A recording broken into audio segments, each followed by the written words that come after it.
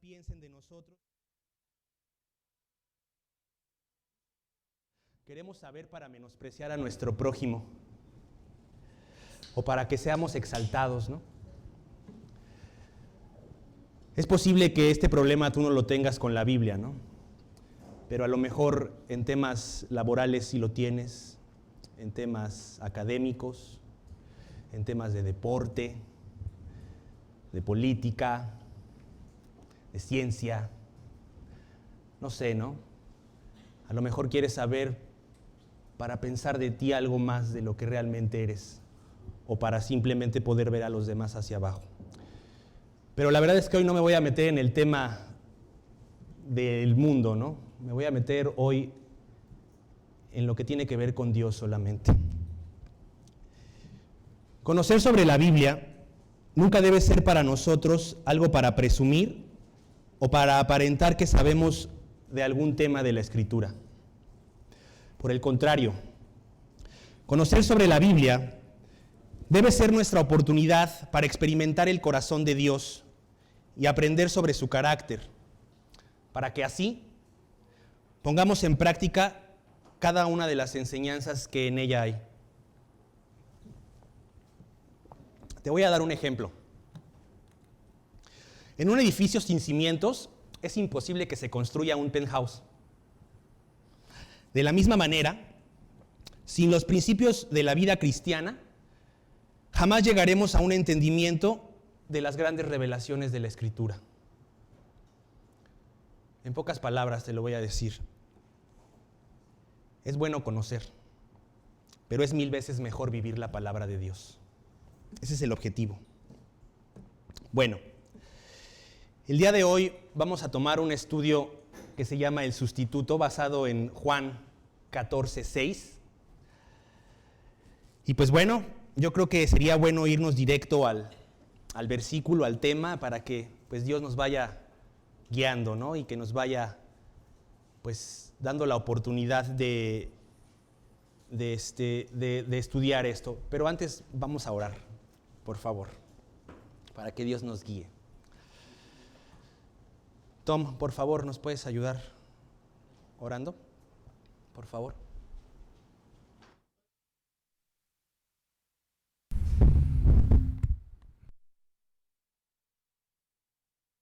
Bueno. Padre Santo, Señor, te damos muchas gracias, Dios, por esta mañana preciosa. Gracias por un día más de vida, Señor. Te pedimos ahora, Padre, que abras nuestro entendimiento y nuestro corazón, Señor, que tu Santo Espíritu esté sobre Jerry, Padre, para que a través de él hagas llegar a nosotros, Señor, las palabras que van a llenar nuestra vida, Señor, y con el mensaje que tienes para cada uno de nosotros. Te pedimos, como siempre, Padre, que hables de manera individual a nuestra necesidad, Señor, y que Dios, pues, sea claro el mensaje que tienes, Padre, y que llegue a nuestra mente, a nuestro corazón y que dé en el blanco, Señor, para que realmente tenga el fruto que esperas de cada uno de nosotros, Señor. Gracias por todos los que estamos aquí reunidos, Señor. Te pedimos que traigas con bien a los que vienen en camino, Señor, y que guardes muy cerquita de ti a aquellos que no podrán venir el día de hoy.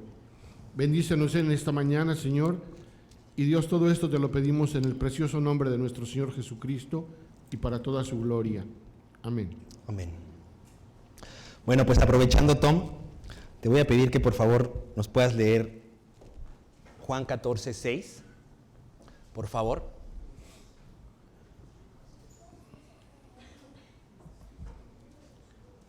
Juan 14:6.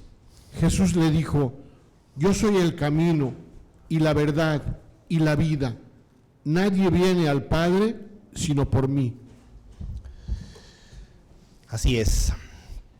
En la primera parte de este versículo, Jesús nos está detallando claramente quién es Él. El camino y la verdad y la vida. Seguramente hemos leído este versículo en varias ocasiones y es probable que incluso nos lo sepamos de memoria, ¿no? Pero yo quisiera que nos contestáramos unas pequeñas preguntas individualmente. ¿Es en realidad Jesús el camino por el cual vas? Cuando estás confundido Él es quien alumbra tu entendimiento. ¿Es Jesús el que produce la vida en tu corazón? O sea, en otras palabras, ¿Él es tu deleite? Dios no quiere que solamente conozcamos sobre algún versículo.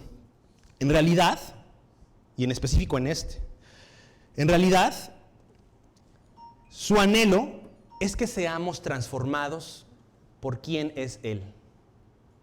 El camino y la verdad y la vida. Cuando Jesús tenía esta conversación con sus discípulos, ellos no entendían muchas cosas, pero Jesús estaba dispuesto a aclararles todas las cosas. En Juan 14, 5 y 8, 9, se nos muestra cómo es que los apóstoles no entendían claramente quién era Jesús. Tom, por favor, ¿nos puedes ayudar con Juan 14, 5 y 8 y 9?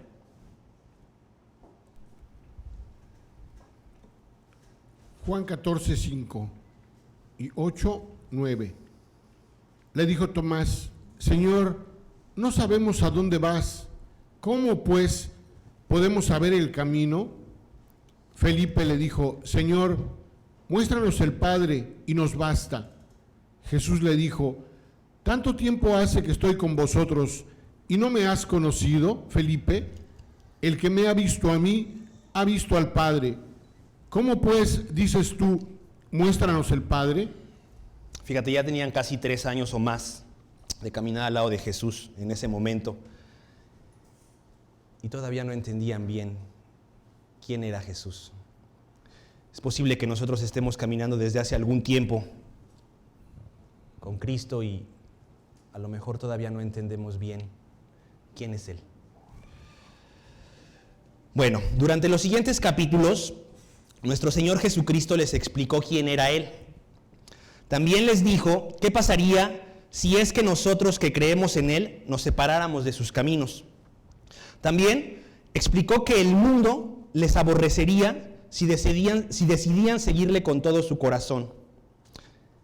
Y también les enseñó cuál era la obra del Espíritu Santo, que es la de guiarnos a la verdad y la de glorificar a Cristo.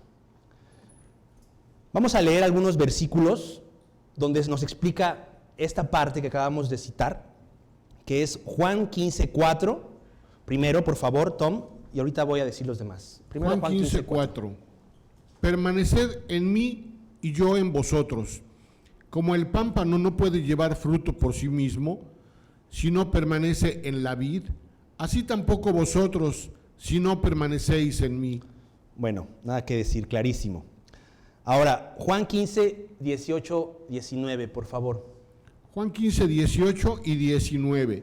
Si el mundo os aborrece, sabed que a mí me ha aborrecido antes que a vosotros. Si fuerais del mundo, el mundo amaría lo suyo. Pero porque no sois del mundo, antes yo os elegí del mundo, por eso el mundo os aborrece. Y también, por favor, Juan 16, 13 al 15. Juan 16 del 13 al 15. Pero cuando venga el Espíritu de verdad, Él os guiará a toda la verdad, porque no hablará por su propia cuenta, sino que hablará todo lo que oyere y os hará saber las cosas que habrán de venir. Él me glorificará, porque tomará de lo mío y os lo hará saber. Todo lo que tiene el Padre es mío, por eso dije que tomará de lo mío y os lo hará saber. Fíjate cómo Jesús, sin ningún rollo hacia sus discípulos, les explicaba claramente todas las cosas, ¿no? Y después de abrirles el entendimiento a través de la palabra, en Juan 16, 29 al 30, la Biblia nos enseña que sus discípulos empezaron a comprender claramente todo. Vamos a leer, por favor, Juan 16, del 29 al 30. Juan 16, 29 y 30. Le dijeron sus discípulos: he aquí, ahora hablas claramente y ninguna alegoría dices. Ahora entendemos que sabes todas las cosas y no necesitas que nadie te pregunte. Por esto creemos que has salido de Dios. Bueno, hoy puede ser que sí sepamos que Él ha salido de Dios, ¿no? Y pues una vez que ya nuestro corazón está listo, y también en ese momento, en aquel tiempo, cuando el corazón de los apóstoles ya estaba listo y estaba entendido, Jesús les explica que deben de confiar en Él. Y la razón es muy sencilla, porque Él ya venció. Vamos a leer Juan 16:33, por favor.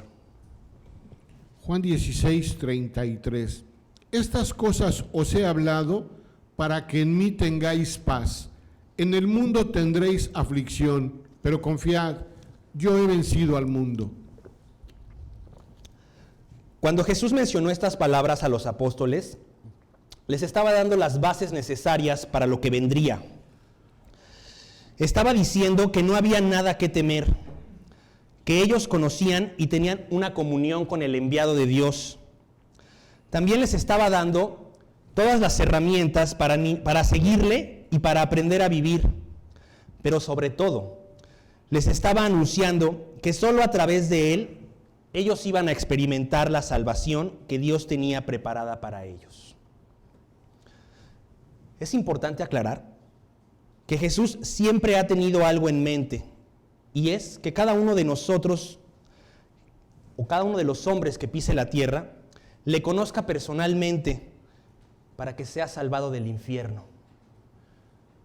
Ese es el objetivo. El objetivo primario de Dios es que los hombres le conozcan personalmente para que sean salvados del infierno. Dios en este momento nos está preparando al igual que los apóstoles. Dios quiere que entremos a un lugar en donde la confianza en Él es transformadora. Dios anhela que aprendamos a vivir uno de los principios más básicos de la vida cristiana. Quiere que aprendamos a vivir el principio del perdón. Para algunos de los que estamos aquí, no fue sino por el perdón que pudimos tener nuestro primer encuentro con Dios. No puedes tener un encuentro con Dios si no es a través del perdón. Dios no se siente, aunque pudiera en algún momento. Esos son emociones. Nuestro primer encuentro con Dios siempre va a ser el perdón. Eso es importantísimo tenerlo claro. Cuando yo me supe perdonado por creer en Cristo, experimenté por primera vez el profundo amor que Dios me tiene. Y fue a través de la fe en Jesús y de su gran perdón que yo conocí la verdadera paz. Vamos a leer el resultado del perdón en Romanos 5:1, por favor, Tomás. Romanos 5:1. Justificados, pues, por la fe, tenemos paz para con Dios por medio de nuestro Señor Jesucristo. El perdón no solo tiene la característica en sí de perdonarme, ya que además de producir agradecimiento, también añade restauración, redención y justificación. Restauración, porque me hace una nueva criatura. El perdón te hace una nueva persona, ¿eh? Ese es un fruto automático del perdón, que eres diferente. También la redención, porque aún estando yo muerto en mis delitos y pecados, Él me rescató de mi antigua manera de vivir y me regaló la promesa de la vida eterna. El perdón, aparte de cambiar mi vida, produce una certeza en mi corazón de que soy salvo, de que estoy perdonado. Pudieras tener dudas a veces, pero esas son emociones. Hablo de la certeza. Los que son salvos lo entienden. Hay una profunda certeza en tu corazón, a pesar de las circunstancias, de que Dios te ha perdonado. Tu corazón está completamente acorazado del perdón de Dios. Así es.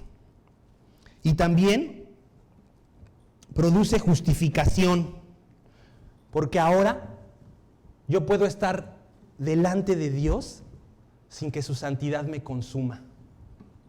Ahora, la justificación tiene un aspecto que es muy importante de resaltar. No quiere decir que yo soy inocente,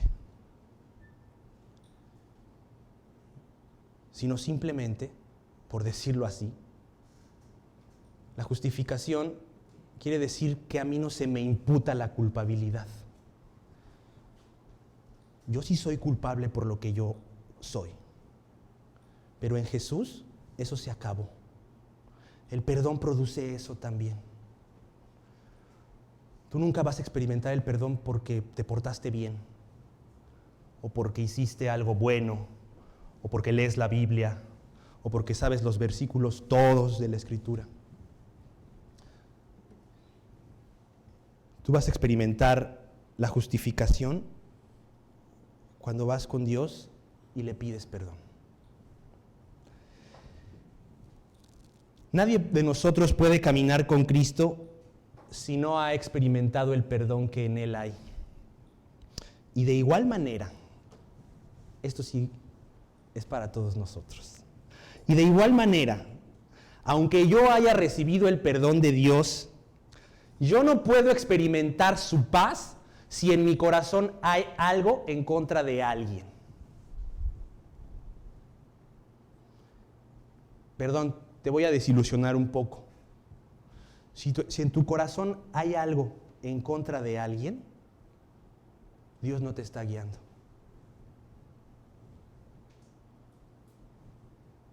No, Dios no puede tener esa comunión contigo, porque tú estás basando con tu lente las cosas.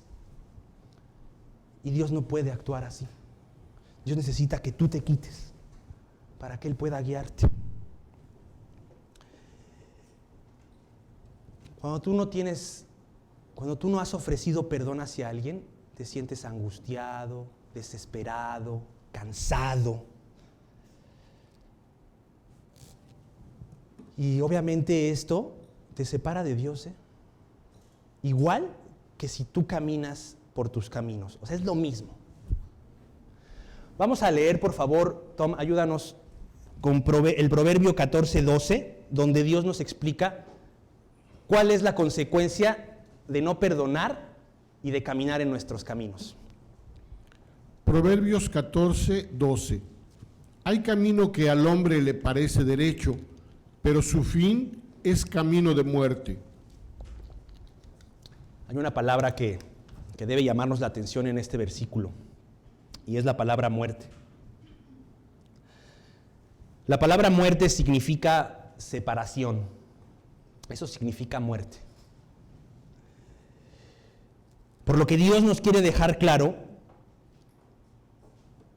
que si nosotros seguimos caminando en nuestros propios caminos o seguimos teniendo una falta de perdón hacia alguien, nosotros vamos a experimentar la muerte, o sea, la separación de Dios. La falta de perdón es un pecado. Y toda ofensa hacia Dios tiene consecuencias. Vamos a leer, por favor, Romanos 6:23a, donde Dios nos dice cuál es esa consecuencia. Romanos 6:23a. Porque la paga del pecado es muerte.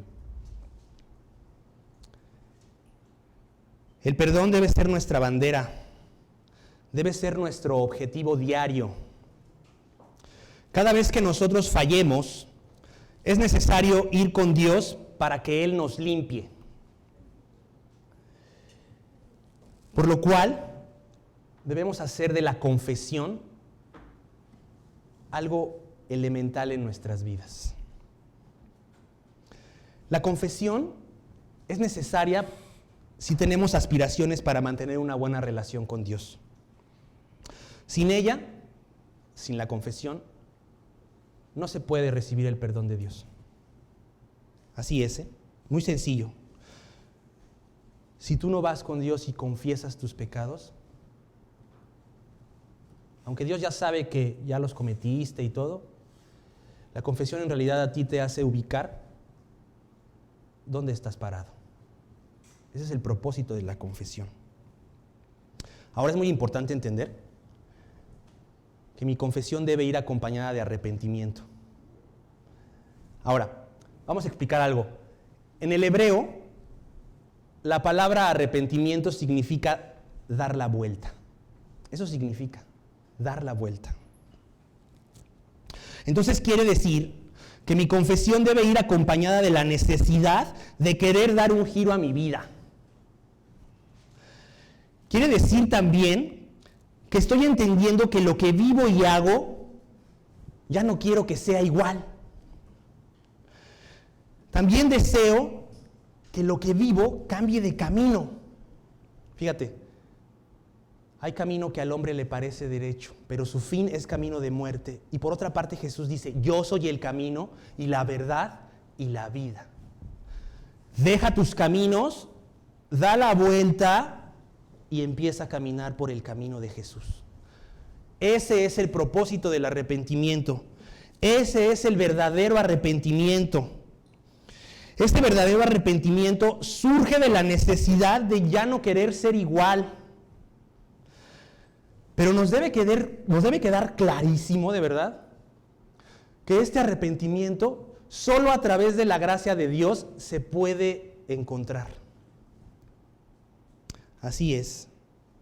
Debo entender mi necesidad de que Dios cambie mi mente y mi corazón.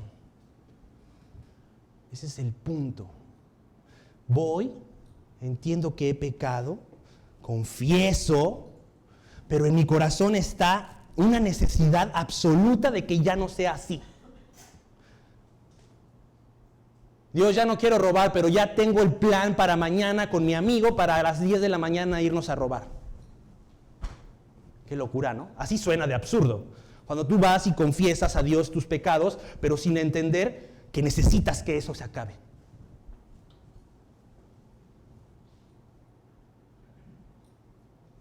De verdad, si tú estás familiarizado con el pecado, hay un grave problema en tu vida. Si tú estás con el pecado así como en intimidad, nadando y diciendo, wow, qué padre el pecado, definitivo, tu relación con Dios ya se rompió hace mucho tiempo, o posiblemente nunca ha existido. Posiblemente. Eso yo no lo puedo decir. Vamos a leer, por favor, Tom, 2 de Timoteo 2:25, donde Dios nos explica que solo a través de su gracia, que Él es el que nos da la oportunidad de poder arrepentirnos. Segunda de Timoteo 2:25, que con mansedumbre corrija a los que se oponen, por si quizá Dios les conceda que se arrepientan para conocer la verdad. Qué impresionante versículo. La primera vez que yo leí ese versículo fue el día que me convertí. Por si quizá Dios me concede el que me arrepienta.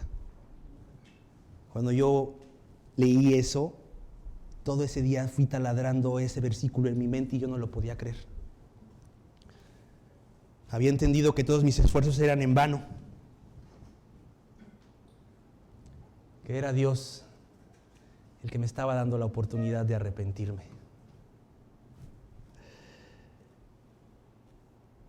Gracias a Dios me convencí de que tenía que arrepentirme y tomé esa gracia. Y bueno, pues aquí estoy. Mira, yo no sé cómo es tu relación con tu esposa el día de hoy. Yo no lo sé. Yo no sé si hay golpes, si hay maltratos emocionales, verbales.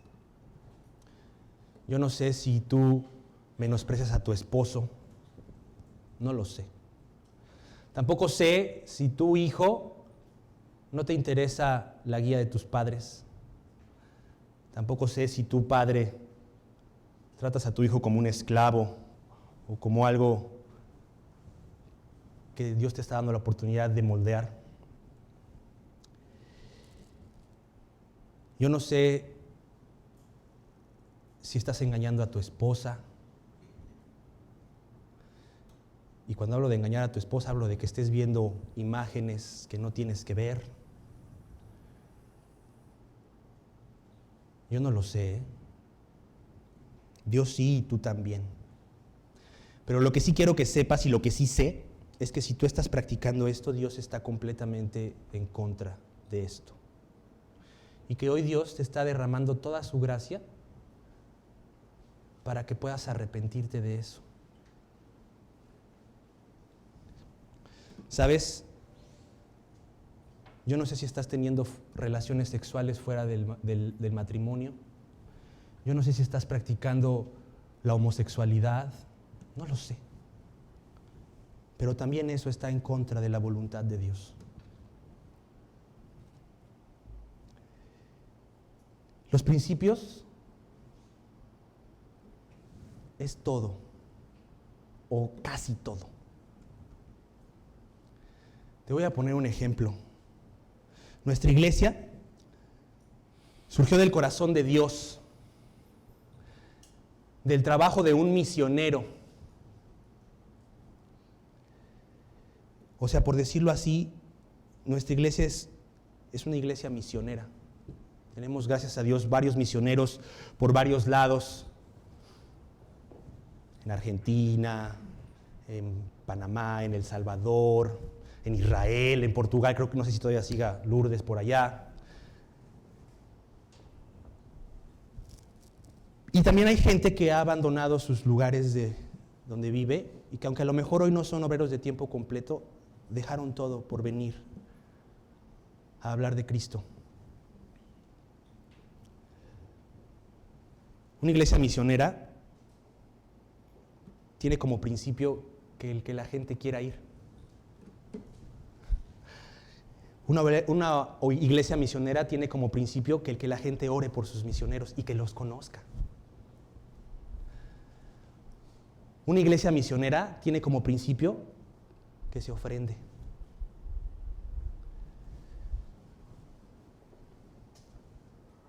Voy a hacer un comercial y aunque no lo sé, pero estoy casi seguro, yo estoy convencido que Rodrigo está súper agradecido con las ofrendas, ¿no?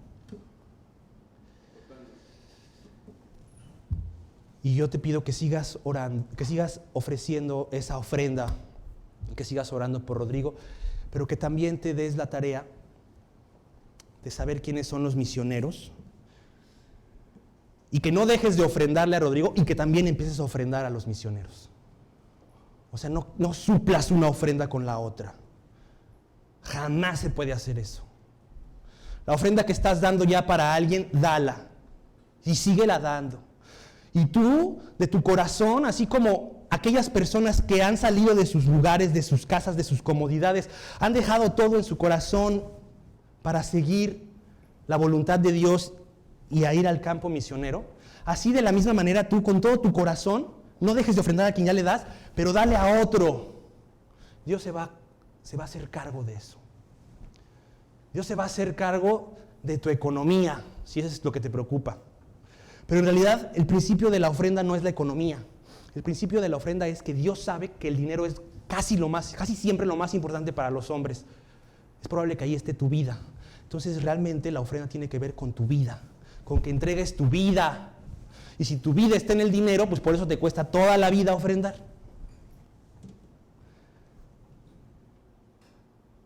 Somos una iglesia misionera basada en los principios de la ofrenda y a lo mejor no estamos ofrendando. Los principios es casi todo. Así es. Después de que Jesucristo les ayudó a entender todas las cosas a sus discípulos en aquella conversación, Él con todo su amor oró por ellos para que el Padre los guardare del mundo y para que los santifique en su palabra. Pero ¿sabes? Lo más impresionante de esta oración, después de que conversaron, Jesús empezó a orar porque Dios guardara a sus discípulos, porque los santificare en su palabra. Pero lo más impresionante es que esta oración llegó a nosotros, a los que creeríamos después de aquellos. Vamos a leer, por favor, Juan 17, 1, 15, 17 y del 20 al 21, donde Dios nos va a explicar esto que acabamos de citar. ¿Cuál fue la oración de Jesús? Por favor, Tom. Juan 17, 1, 15, 17 y del 20 al 21. Estas cosas habló Jesús, y levantando los ojos al cielo dijo: Padre, la hora ha llegado. Glorifica a tu Hijo, para que también tu Hijo te glorifique a ti. No ruego que los quites del mundo, sino que los guardes del mal. Santifícalos en tu verdad, tu palabra es verdad. Mas no ruego solamente por estos, sino también por los que han de creer en mí por la palabra de ellos, para que todos sean uno, como tú, oh Padre, en mí y yo en ti, para que también ellos sean uno en nosotros, para que el mundo crea que tú me enviaste. Así es. Dios quiere que vivamos a la altura del llamado de su salvación y de su perdón. El propósito de aprender a vivir conforme a su voluntad es solamente uno, y es que maduremos en la unidad del Espíritu. Por favor, Tom, ayúdanos leyendo Efesios 4, del 1 al 3, por favor. Efesios 4, del 1 al 3. Yo pues, preso en el Señor, os ruego que andéis como es digno de la vocación con que fuisteis llamados, con toda humildad y mansedumbre, soportándoos con paciencia los unos a los otros en amor, solícitos en guardar la unidad del Espíritu en el vínculo de la paz. Ahí está claro. Yo pues, preso en el Señor, os ruego que andéis como es digno de la vocación con que fuisteis llamados, con toda humildad, mansedumbre, soportándoos con paciencia los unos a los otros en amor. Eso solo se puede vivir si hay perdón en tu corazón. Así es. Necesitamos estar totalmente involucrados en guardar la unidad del Espíritu, que es el vínculo de la paz. Tenemos que aceptar este gran regalo que Dios nos ofrece, el perdón, y también tenemos que aprender a extenderlo. Tenemos que entregarlo sin reservas. El perdón nos ha unido con Dios, y de igual manera, el perdón nos une a los demás. Así es. De verdad, yo sí quiero que entendamos la importancia de la unidad. Y el principio de la unidad es perdonar. Mira, regresando a la oración en la cual Jesús hacía hacia sus discípulos y hacia nosotros, en Juan 17, 21, dice, ya lo leímos hace un rato, lo voy a citar: para que todos sean uno, como tú, oh Padre, en mí, y yo en ti, que también ellos sean uno en nosotros.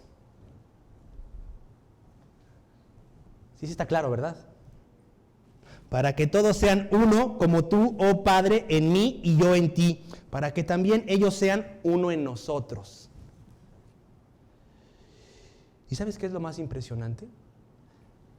Que el propósito de esto es la última parte de este versículo, que dice: para que el mundo crea que tú me enviaste.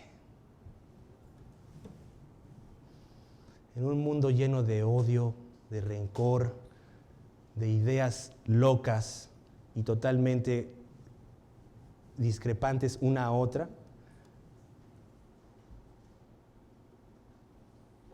el Evangelio y el perdón de Cristo es lo único que nos puede unir.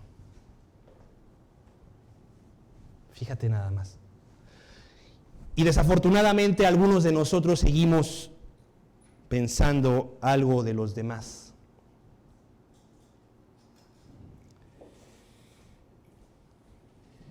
Dios nos está mostrando en esta última parte de la oración, para que el mundo crea que tú me enviaste, que el propósito siempre ha sido que el mundo crea en Él. Y es a través de su gracia que nosotros jugamos un papel fundamental, ya que el mayor testimonio de que Él está vivo es el amor de Cristo entre nosotros. ¿Cómo ves? ¿Cómo ves? Qué lejos estamos, ¿no? A veces no procuramos, y con dolor lo digo, saludar a todos.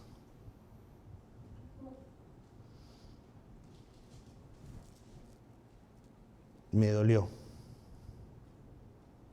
Ahora imagínate si no saludas a los demás, cuando ves algo que no te gusta, ¡pum! No, mátelo, dámelo. Dijo, no me saludó, y aquello, lo otro, wow. Entonces imagínate ahora a tu esposo que ves todos sus errores. Imagínate a tu esposa que ves que deja la pasta donde no la tenía que dejar. Se la estás acumulando, ¿eh? Ya le dije que no me gusta que la toalla la deje en bolita. ¿Por qué no la extiende? O sea, qué locura, ¿no? Fíjate, nos da risa, pero la verdad, pues lo hacemos muy seguido, ¿no?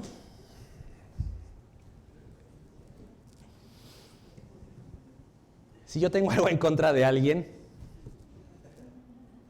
rencor, odio, o lo que tengas, o como le quieras llamar,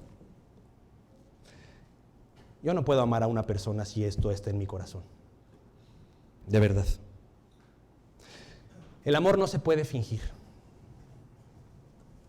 Ahora, puede ser que tú estés odiando a una persona y llegues y, hola, ¿cómo estás? Y te estés ahí como esforzando para que estén bien y wow, pero por dentro dices, ay, ¿por qué no lo quiero ni ver, no? Bueno, déjame decirte que si esto está pasando en tu vida, eres un gran actor. O en otras palabras, eres un hipócrita. Y con esta actitud no se puede agradar a Dios. No se puede. De verdad. Así es. Bueno, regresando a todo este momento, cuando Jesús hablaba, oraba, todo. Cuando terminó, una gran multitud vino hacia él. Y lo arrestaron por órdenes de las autoridades religiosas, por los que juzgan. Por eso fue arrestado Jesús, por los que hacen las cosas peor, y fueron a atraparlo. Así es. Nuestro Señor Jesucristo tuvo 7 juicios humanos antes de llegar a la cruz. Y en ninguno de ellos fue hallado culpable, sino que solo a través de la calumnia y con testimonios falsos es que lo pudieron enjuiciar. Cuando Poncio Pilatos no halló culpa en él, quiso dejarlo libre. Así es, imagínate. Dijo, pues yo no hallo nada en este hombre, ¿no? O sea, sus rollos de sus leyes, pues... O sea, él quería dejarlo libre. Pero ¿qué crees? Cuando le dijo el pueblo judío, él se quiere hacer rey y todo el que se constituye rey se vuelve enemigo de César, así que tú también eres enemigo de César. ¡Wow! Pilatos se sacó de onda, o sea, imagínate. Chin. Ay, caray. Estoy quedando mal con el César. Y después Jesús, más adelante, que le decía, ¿por qué no te defiendes? Dime algo, ¿qué no sabes que yo puedo? Tengo la autoridad para hacer que te asesinen, que te vayan a colgar. Jesús le dijo, ninguna autoridad te fuese dada, ninguna autoridad tuviera sobre mí si no te fuese dada del cielo. Y Poncio Pilatos, ¡wow! Pues imagínate, ¿no? Por una parte era enemigo del César y por otra parte sabía que estaba en contra de lo que Dios estaba estableciendo. Se fue para atrás.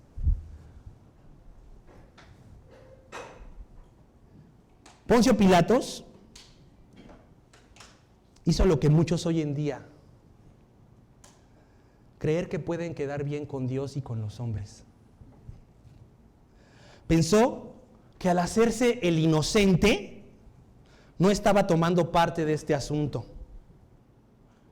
Poncio Pilatos, al lavarse las manos, en realidad no se hizo responsable de sus actos, ya que él podía darle la libertad a Jesús. Pero él amaba más la gloria de los hombres que ponerse a cuentas con Dios. Así es. Se lavó las manos. Dios mío. Hoy puedes estar escuchando que tienes que perdonar o que debes pedirle perdón a Dios. Y puedes decir, no. Él fue el que empezó.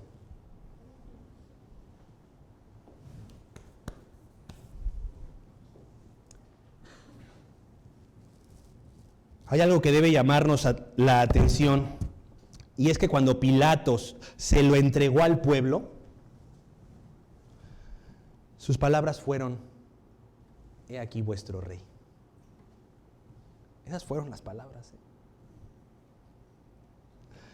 ¿Cuántas veces nos hemos encontrado con esta actitud en la que el mundo sabe perfectamente quién es Jesús, pero que no quiere reconocer que Él también necesita de un Salvador y de un Rey en su vida? La Biblia nos enseña en sus líneas que nadie ha pasado por este mundo sin pecar, por lo que la actitud de hacernos los inocentes no nos justifica delante de Dios. La actitud de que Él fue el que empezó, esa no te hace justo delante de Dios. De verdad. No pienses que así es. Nunca va a ser así. Y aquí está escrito. Vamos a leer Eclesiastés 7:20, donde Dios nos explica que no hay hombre que no haya pecado. Eclesiastés 7:20. Ciertamente no hay hombre justo en la tierra que haga el bien y nunca peque. Así es. Partiendo de este punto es necesario que ubiquemos que todos necesitamos el perdón de Dios. Todos. Todos. Cuando Jesús estaba cargando su cruz camino hacia el Gólgota, la multitud, aún sabiendo que él era inocente, le escarnecía, le insultaba y le injuriaba. Pero ¿qué crees? En los ojos de Jesús solo había compasión. Ya en la cruz, cuando esa burla, esa negación en los hombres sobre quién era él, el escarnecimiento y el desprecio hacia la persona de Jesucristo era evidente en los corazones de los presentes, es en ese momento cuando Jesús exclama unas palabras en medio de un auditorio que lo maltrataba, pero estas palabras desconcertaron a todo mundo. Vamos a leer, por favor, Lucas 23:34a.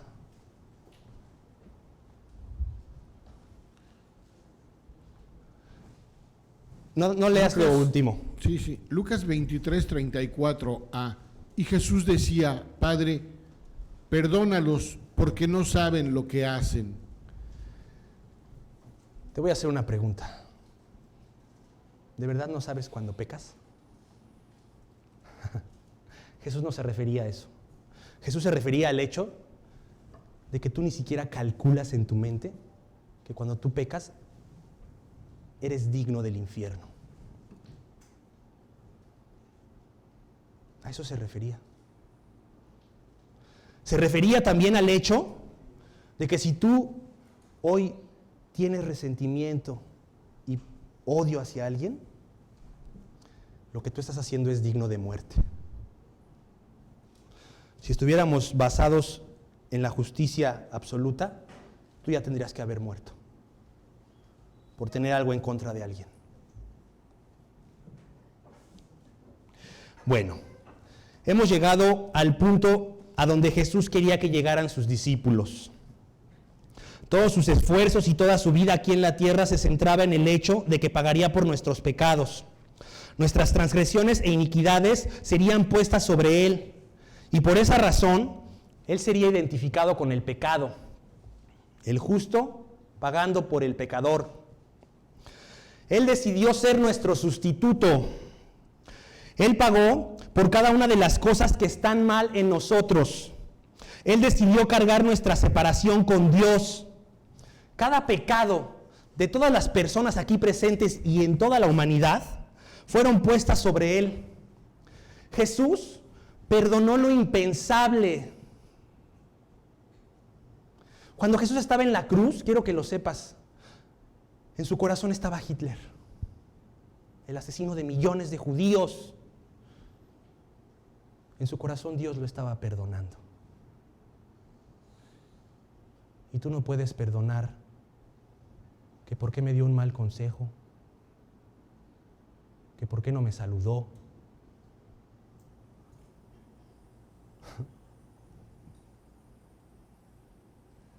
Después de toda aquella tortura física, pero sobre todo de experimentar la separación de su Padre, Jesús estaba entendiendo que todo estaba consumado. Y aún así siguió alineándose a la voluntad de su Padre y expresó las siguientes palabras: tengo sed. Vamos a leer, por favor, Juan 19, del 28 al 30, pero primero lee nada más el 28. Juan 19, 28. Después de esto, sabiendo Jesús que ya todo estaba consumado, dijo, para que la Escritura se cumpliese, tengo sed.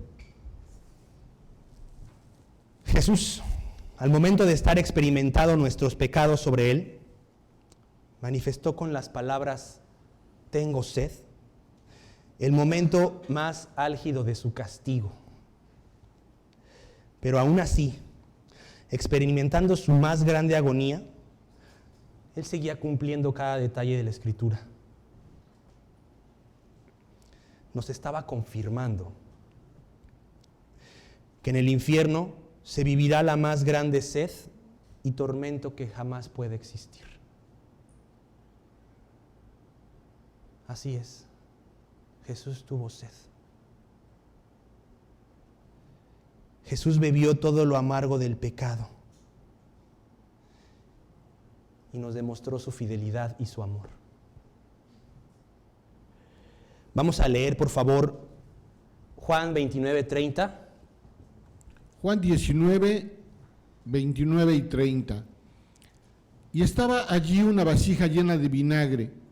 Entonces ellos empaparon en vinagre una esponja y poniéndola en un hisopo, se la acercaron a la boca.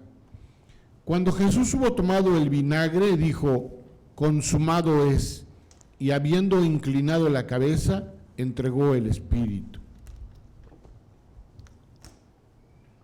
Él no merecía pagar. Pero yo no sé si entiendas que tú sí. Tú sí mereces pagar.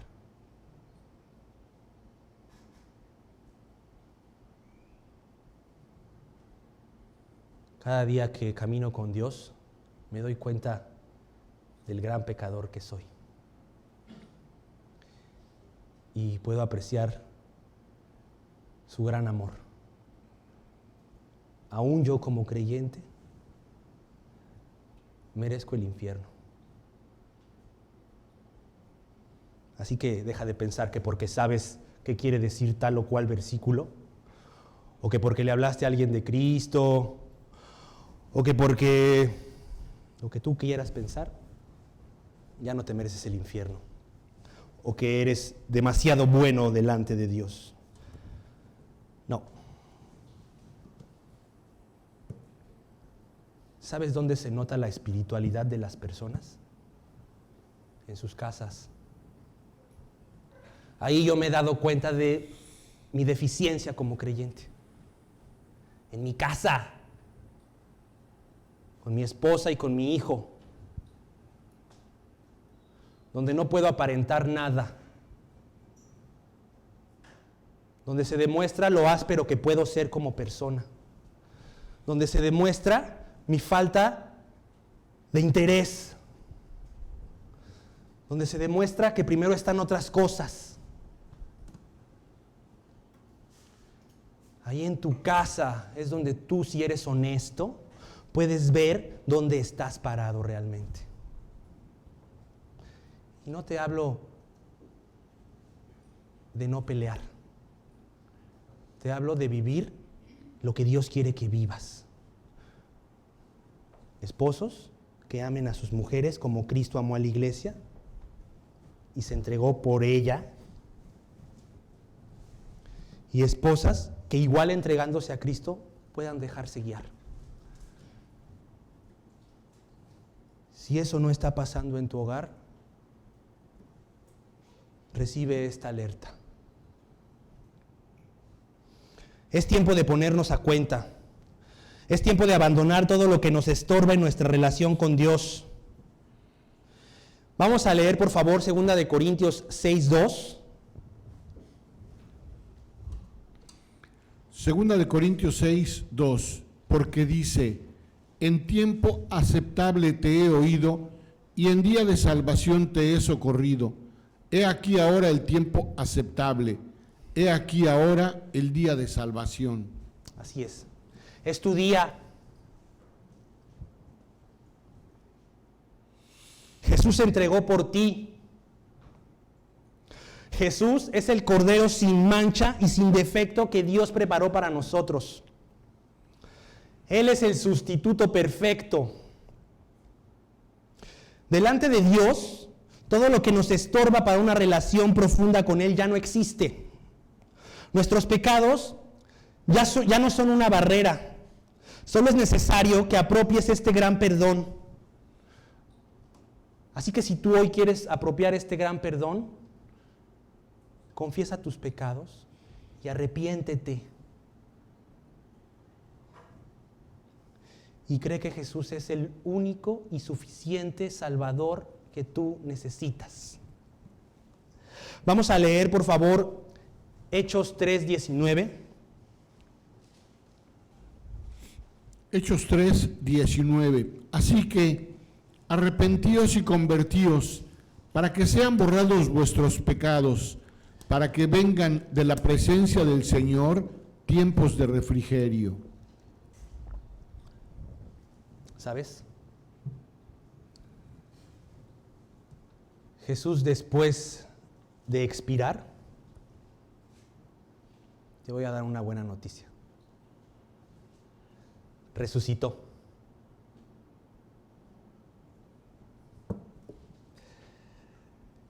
Y hoy Dios te está dando toda la gracia para que creas en esto. Que no nada más te quedes en el hecho de que murió, sino que empieces a vivir en su resurrección. Que empieces a vivir lo que Él tiene planeado para ti. ¿Sabes? Hay un versículo que es Hebreos 4:16, en donde dice, Oscar, por favor, 14, perdón, me confundí. Es 4:14, dice: por lo tanto, teniendo un gran sumo sacerdote que traspasó los cielos, Jesús, el Hijo de Dios, retengamos nuestra profesión. ¿Sabes? La palabra traspasó, que se ocupa en el griego, significa que pasó a través y por el medio de. O sea, quiere decir que Jesús, nuestro gran sumo sacerdote, pasó por en medio y a través de los cielos. Los cielos, Lo que ves, el universo y donde está Dios, el tercer cielo. Dios pasó esos cielos. Eso hizo cuando vino. Eso hizo cuando vino por ti. Jesús cruzó o pasó por en medio y a través de los tres cielos por ti. Sí es verdad que por los demás. Pero si tú solamente hubieras vivido en esta tierra y si Dios supiera que solamente tú ibas a aceptar este pago, Él hubiera venido.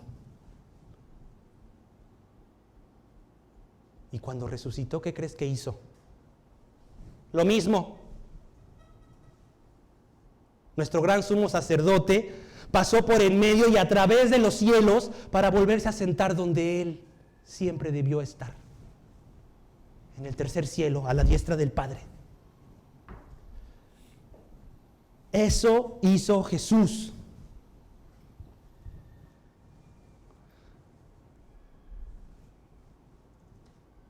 Por favor, ¿qué esperamos para que podamos entender que esta preciosa iglesia que Dios nos ha dado es algo que tenemos que cuidar?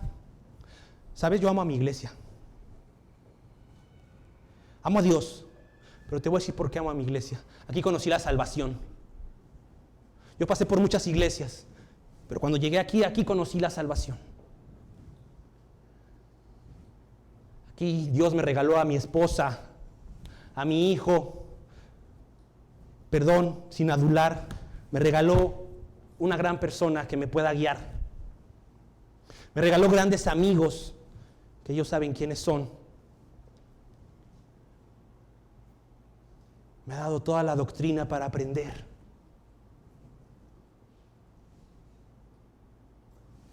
¿Sabes? Desde hace 8 años yo dejé de escuchar predicaciones de otros pastores y leer otros lugares. ¿Sabes por qué? Porque es como ir a comer pastos que no son míos. Las ovejas solo comen un pasto, el que el pastor les dice. Así que ir a comer otros pastos es no dejarte guiar por Dios. Así que pedir un consejo a otra persona que no es tu maestro o tu autoridad es comer un pasto que que está dando Dios. Tienes que unirte a tu iglesia. Tienes que ser uno con tu iglesia. Dios está al frente de esta iglesia, por si te quedaba la duda. Dios instituyó apóstoles, profetas, que ya no hay, pero sí evangelistas, pastores y maestros. Y también nosotros somos parte de todo esto. Así que yo te pido, por favor, que con toda la gracia que hoy Dios te está dando, te alinees a la voluntad de Dios. Que dejes la locura de juzgar a tu iglesia. Que dejes la locura de juzgar a tu hermano. Que dejes la locura de juzgar a tu esposa y a tu esposo, a tus hijos o a tus padres. Que se acabe, por favor. Es tiempo de empezar a amarnos. Es tiempo de llegar a la unidad verdadera que Dios ha planeado para nosotros. Pero primero tenemos que ir a pedir perdón. Así que arrepentíos y convertíos para que sean borrados vuestros pecados y vengan de la presencia del Señor los tiempos de refrigerio. Así es. Te lo voy a decir muy claro. Si no tienes paz, estamos fritos.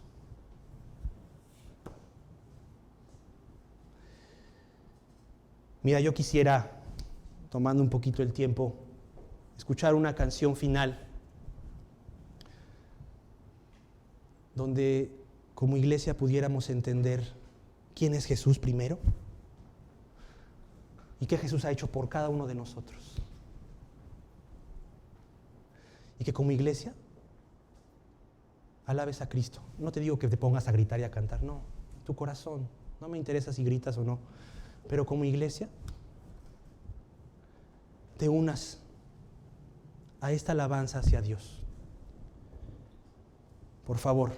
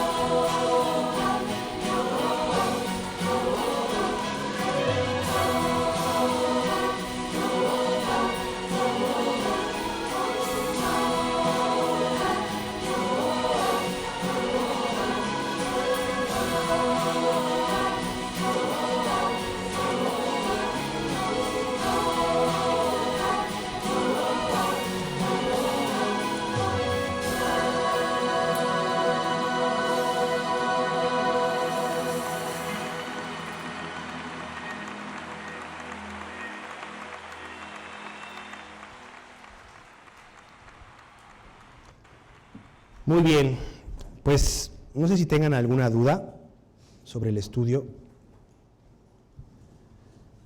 ¿Nada? Bueno, pues vayamos con Dios por esta gracia derramada y hagamos lo que sabemos que tenemos que hacer. Vamos a dar gracias por el estudio de hoy, por favor. Bueno, Nico, por favor, ¿nos puedes apoyar?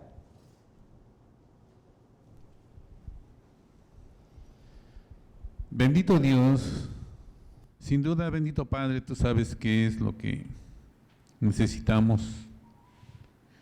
Te damos gracias, Señor, por venir a tocar nuestros corazones,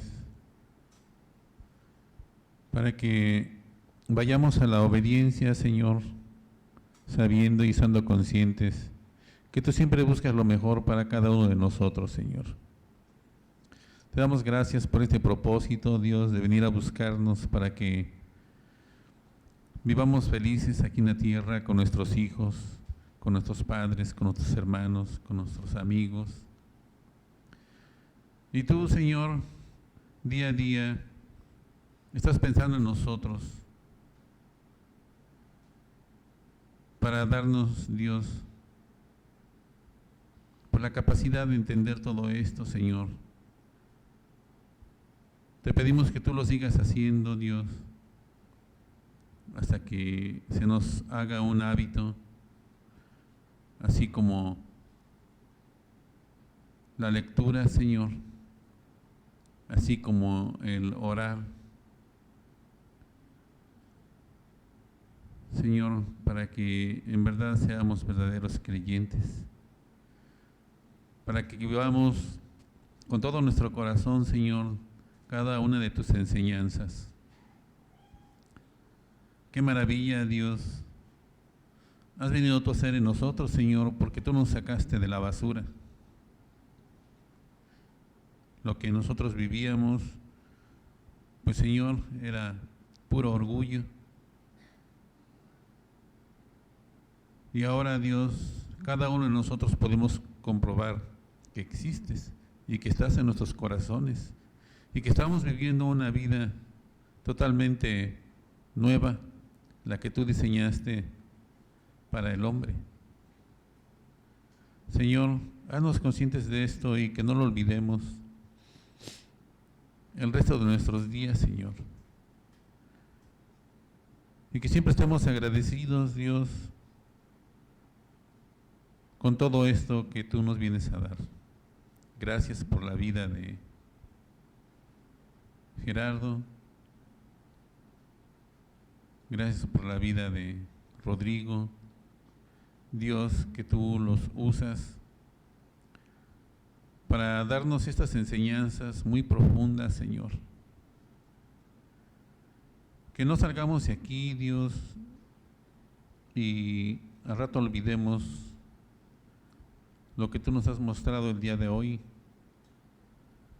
Que no lo olvidemos, Señor, en ningún momento, sino que en todo momento lo estemos recordando y lo pongamos en práctica. Que lo vivamos, Señor, plenamente, contentos, satisfechos, gozosos, sabiendo que todo esto viene de ti. Señor, gracias por este regalo que tú nos has dado. En el nombre precioso de tu Hijo Jesús te pedimos que tú bendigas todo esto, Señor. Amén.